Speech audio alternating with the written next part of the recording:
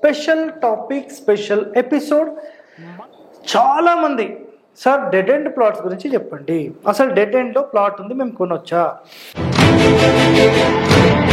కానీ ఈ కాలంలో ఈ డెడ్ ఎండ్ అనే మాట ఎందుకు వచ్చింది?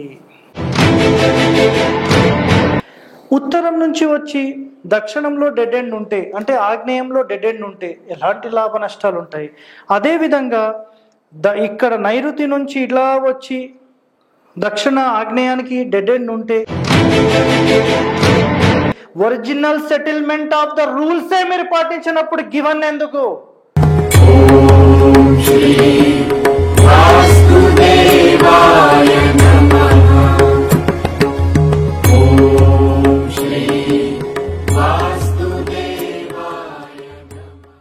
ప్రేక్షకులందరికీ నమస్కారం. మన ఛానల్లో ఈరోజు వరకు ఎలాంటి ఛానల్లో ఎక్కడ కూడా మీరు చూడనటువంటి ఒక స్పెషల్ టాపిక్, స్పెషల్ ఎపిసోడ్ మనం ఈరోజు చేయబోతున్నాం. ఆ టాపిక్ ఏంటంటే dead end plots or house. చాలామంది సార్ డెడ్ ఎండ్ ప్లాట్స్ గురించి చెప్పండి, అసలు డెడ్ ఎండ్లో ప్లాట్ ఉంది మేము కొనొచ్చా? సార్ మాకు దక్షిణంలో ఆగిపోయింది మరి కొనొచ్చా? ఉత్తరంలో ఆగిపోయింది కొనొచ్చా? ఈశాన్యంలో ఆగిపోయింది కొనొచ్చా? సార్ నిజంగా మాకు వీటికి సంబంధించి ఎక్కడ కూడా మాకు టాపిక్ దొరకట్లేదు సార్, దయచేసి ఒక ఎపిసోడ్ చేయండి అని చెప్పి ఎంతోమంది రిక్వెస్ట్ చేశారు. క్లియర్? సరే, అయితే పూర్వీకులు అంటే మన మహర్షులు నిజంగా ఎలాంటి సెటిల్మెంట్ చేసేవాళ్ళంటే గణితం ప్రకారం చాలా ప్రొఫెషనల్గా చేశారండి. ఎక్కడ కూడా డెడ్ ఎండ్ ప్లాట్ అనే మాట కూడా రాకుండా చేయగలిగింది కేవలం మన మహర్షులు.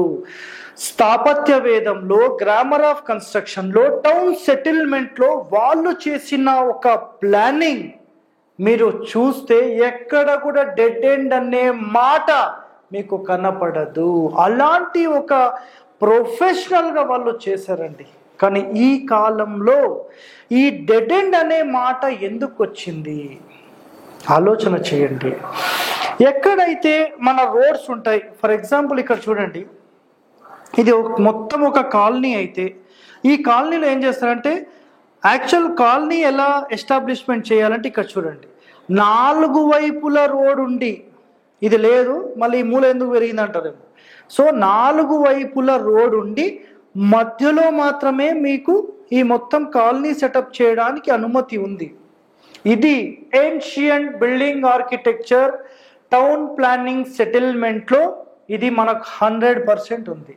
కానీ ఈ మధ్య నిజంగా అసలు ఈ వెంచర్ వేసేవాళ్ళు లేదంటే టౌన్ ప్లానింగ్ చేసేవాళ్ళు మొత్తం ఈ బిల్డర్సు, డెవలపర్సు అసలు ఏం చేస్తారో వాళ్ళకి అర్థం కాదు. కానీ టోటల్ ఈ ఎండ్ రోడ్ ఏదైతే ఉందో దీంట్లో కూడా వాళ్ళు ప్లాట్స్ చేసి అమ్మేస్తున్నారండి.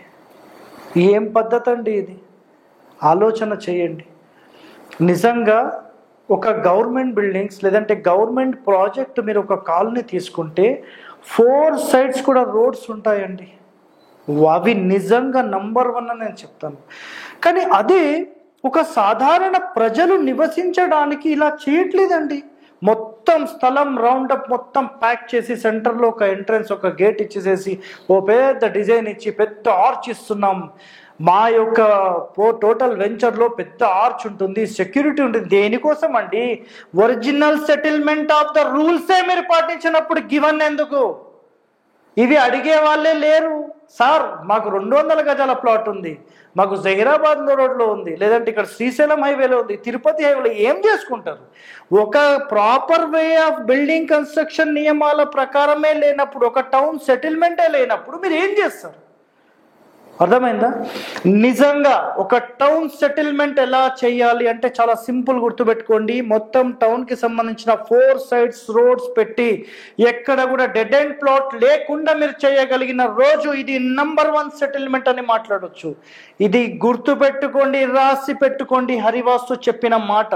ఓకే, నెక్స్ట్ ఇక్కడ మరి ఈ కాలంలో ఇవన్నీ మనకు జరుగుతాయా అంటే చెప్పలేం కదా. సో ఇలాంటి సందర్భాలలో మన ఆధునిక వాస్తువులు ఏం చేస్తారంటే తూర్పు ఆగ్నేయము లేదంటే దక్షిణ ఆగ్నేయము దక్షిణ నైరుతి, పడమర నైరుతి అంటే వీధి పోట్లకు సంబంధించిన ఎపిసోడ్స్లో మనం ఏ కండిషన్స్ అయితే చెప్పామో ఈ డెడ్ ఎండ్ ప్లాట్స్లో కూడా అలాంటి కండిషన్స్ని బేస్ చేసుకొని కొన్ని ఇబ్బందులు ఉంటాయి అని చెప్పారు. మరి మొట్టమొదటిగా మనం ఈరోజు ఏం మాట్లాడుతున్నామంటే ఈరోజు 4 టాపిక్స్ గురించి మాట్లాడుతున్నాం. ఇది తూర్పుకి సంబంధించిన రోడ్, ఈస్ట్. ఇది తూర్పు రోడ్. తూర్పులో దక్షిణం వైపు నుంచి వచ్చి ఈశాన్యానికి డెడ్ ఎండ్ ప్లాట్ ఉంటే ఎలాంటి లాభ నష్టాలు ఉంటాయి. ఉత్తరం నుంచి వచ్చి దక్షిణంలో డెడ్ ఎండ్ ఉంటే అంటే ఆగ్నేయంలో డెడ్ ఎండ్ ఉంటే ఎలాంటి లాభ నష్టాలు ఉంటాయి. అదేవిధంగా ఇక్కడ నైరుతి నుంచి ఇలా వచ్చి దక్షిణ ఆగ్నేయానికి డెడ్ ఎండ్ ఉంటే ఎలాంటి లాభ నష్టాలు ఉంటాయి. నెక్స్ట్ మనకు తూర్పు వైపు నుంచి వచ్చి నైరుతి వైపు డెడ్ ఎండ్ ఉంటే ఎలాంటి లాభ నష్టాలు ఉంటాయి. ఇది సౌత్ అండి, ఇది ఈస్ట్, ఇది వెస్ట్, ఇది నార్త్. సో 4టికి సంబంధించిన కండిషన్స్ మాట్లాడదాం. రైట్, ఇప్పుడు మొట్టమొదటిది మనకు దక్షిణం అంటే ఇటు దక్షిణం వైపు నుంచి ఇలా వచ్చి ఈశాన్యం డెడ్ ఎండ్ ఉందనుకోండి, ఇది తూర్పు ఫేసింగ్ అయితే ఇక్కడ ఇది రోడ్ ఉంది, ఇట్లా రోడ్ ఉంది, ఓకేనా. సో రోడ్ ఉండి ఇక్కడ డెడ్ ఎండ్ ఉండి ఇది మీ ప్లాట్ అనుకుందాం. ఇప్పుడు ఏమవుతుందంటే ఇక్కడ చెడు ఫలితాలనే ఇస్తుంది అనేది మనకు లేటెస్ట్గా వాస్తు నిపుణులు చెప్పిన మాట. చెడు ఫలితాలు ఏమేమిటంటే పురుష సంతతి లేకుండా ఉండడము, అంటే అసలు ఆ ఇంట్లో కొడుకులే పుట్టరు, మగ సంతానమే ఉండదు, మగ సంతానం ఉంటే డెవలప్మెంటే ఉండదు అనేది వీళ్ళ కండిషన్. సంతాన నష్టం జరుగుతుంది, వాళ్ళందరికీ కష్టాలు ఉంటాయి, యజమానికి ఇబ్బందులు ఉంటాయి, అధికారంలో పెద్ద ప్రాబ్లమ్స్ ఉంటాయి, ఎన్నో సమస్యలు ఉంటాయి అనేది వీళ్ళ కండిషన్స్. అంటే తూర్పు ఈశాన్యానికి ఉత్తర ఈశాన్యంలో డెడ్ ఎండ్ ప్లాట్ వచ్చేస్తే తూర్పు ఫేసింగ్ ఇంటికి ఇక్కడ డెడ్ ఎండ్, ఈశాన్యం వైపు డెడ్ ఎండ్ ఉంటే ఇవి. ఒకవేళ ఉత్తరం నుంచి ఇట్లా రోడ్ వచ్చి ఇక్కడ ఆగ్నేయం వైపు డెడ్ ఎండ్ ఉందనుకోండి, అప్పుడు ఏంటంటే కుటుంబంలో జీవిత భాగస్వామితో ఇబ్బందులు ఉంటాయి అనేది వాళ్ళ పాయింట్. నెక్స్ట్ వాళ్ళు విచ్ఛిన్నమైపోవచ్చు, అంటే భార్యాభర్తలు ఒక్కటిగా ఉండొచ్చు, ఒక్కటిగా ఉంటే ఎప్పుడూ ఇబ్బందులే. ఒకవేళ దూరం అయితే మళ్ళీ సెకండ్ మ్యారేజ్ ప్రాబ్లమ్స్ అయ్యే అవకాశాలు ఉంటాయి.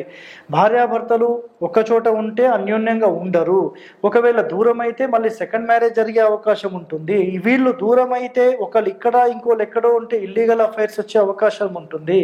లేదంటే ఆ ఇంట్లో మ్యారేజే జరగలేదనుకోండి, మ్యారేజ్ జరగకపోయే ప్రాబ్లమ్స్ ఉంటాయి, ఒకవేళ జరిగితే ఇలాంటి ఇబ్బందులు ఉంటాయి. సో ఇవన్నీ కూడా 100% ఈ ఇంట్లో ఉంటాయి అనేది ఆధునిక వాస్తు నిపుణులు మనకు పరిశోధన చేసి చెప్పడం జరిగింది. రైట్, పూర్వీకులైతే క్లియర్గా చెప్పాను, అసలు డెడ్ ఎండ్ అనే మాటనే మాట్లాడొద్దని చెప్పేశారు, క్లియర్. రైట్, ఇప్పుడు దక్షిణం వైపుకి వెళ్దాం. దక్షిణ ఆగ్నేయానికి రోడ్ బ్లాక్ అయిందనుకోండి, అప్పుడు ఏంటి? సో సింపుల్గా ఏం చెప్పారంటే marriage problems, same illegal affairs, second marriage problems ఇవన్నీ ఖచ్చితంగా ఉంటాయి అనేది వాళ్ళ కండిషన్స్. నెక్స్ట్ దక్షిణ నైరుతికి అయితే ఇది ఆ ఇంటికి సంబంధించిన యజమానురాలుపై ఇంపాక్ట్ ఉంటుంది, రెండవ సంతానంపై లేదంటే మొదటి సంతానంపై ఇంపాక్ట్ ఉంటుంది, దాని తర్వాత వివాహంలో డ్యామేజెస్ అయ్యే అవకాశాలు ఉంటాయి. నెక్స్ట్ వివాహమైన 50 సంవత్సరాల లోపల, అంటే వివాహం అయిన తర్వాత కావచ్చు, వాళ్ళ ఏజ్ 50 సంవత్సరాలు ఉండొచ్చు, ఈ లోపల హస్బెండ్ వైఫ్లో డిస్టర్బెన్సెస్ వచ్చి ఎవరైనా విడిపోయే అవకాశాలు లేదంటే దూరం ఉండే అవకాశాలు, వీటి వల్ల ఎన్నో సమస్యలు ఉంటాయి అనేది ఇక్కడ కండిషన్. నెక్స్ట్ సెకండ్ మ్యారేజ్ అయ్యే అవకాశాలు ఉంటాయి, విడిపోతే సెకండ్ మ్యారేజ్ లేదంటే ఇల్లీగల్ అఫైర్స్ ఇవన్నీ వచ్చే అవకాశాలు ఉంటాయి. వివాహం డ్యామేజ్ అవుతుంది, లేదంటే దూరంగా ఉండడము, పరులతో అక్రమ సంబంధాలు అనేది ఇక్కడ కాన్సెప్ట్. ఇక్కడ సింపుల్గా ఒకటేనండి, మనకు శాస్త్రాల్లో చెప్పిన వివరణ అయితే చాలా క్లియర్గా ఒకటి ఏంటంటే డెడ్ ఎండ్ అనేదే ఉండదు. సో మరి దీనికి సంబంధించిన పరిష్కారం కూడా కావాలి కదా. సరే ఇలా ఉంటే ఏం చేయొచ్చు? ఓకే, సో దీనికి సంబంధించి ఒక స్పెషల్ ఎపిసోడ్ నేను నెక్స్ట్ చేస్తున్నాను. మీరందరూ ఈ వీడియోస్ అన్నీ చూడండి. ప్రస్తుతానికైతే మనం తూర్పుకి సంబంధించిన 2 డెడ్ ఎండ్స్ గురించి మాట్లాడాం, దక్షిణానికి సంబంధించిన 2 డెడ్ ఎండ్స్ గురించి మాట్లాడాం, వీటికి సంబంధించిన వివరణ మొత్తం ఇచ్చాను. ఇవన్నీ కూడా ఆధునిక వాస్తు నిపుణులు మనకు ఎక్స్ప్లెయిన్ చేయడం జరిగింది. సో మీరు వీటికి సంబంధించిన సమాచారం తెలుసుకొని భవిష్యత్తులో ఇలాంటి ఇబ్బందులు లేని ప్లాట్ కొని సుఖ సంతోషాలతో ఉండాలనేది మన కాన్సెప్ట్. సో మీరందరూ సుఖ సంతోషాలతో ఉండాలని కోరుతూ మీ హరివాస్తు హరి. Thank you.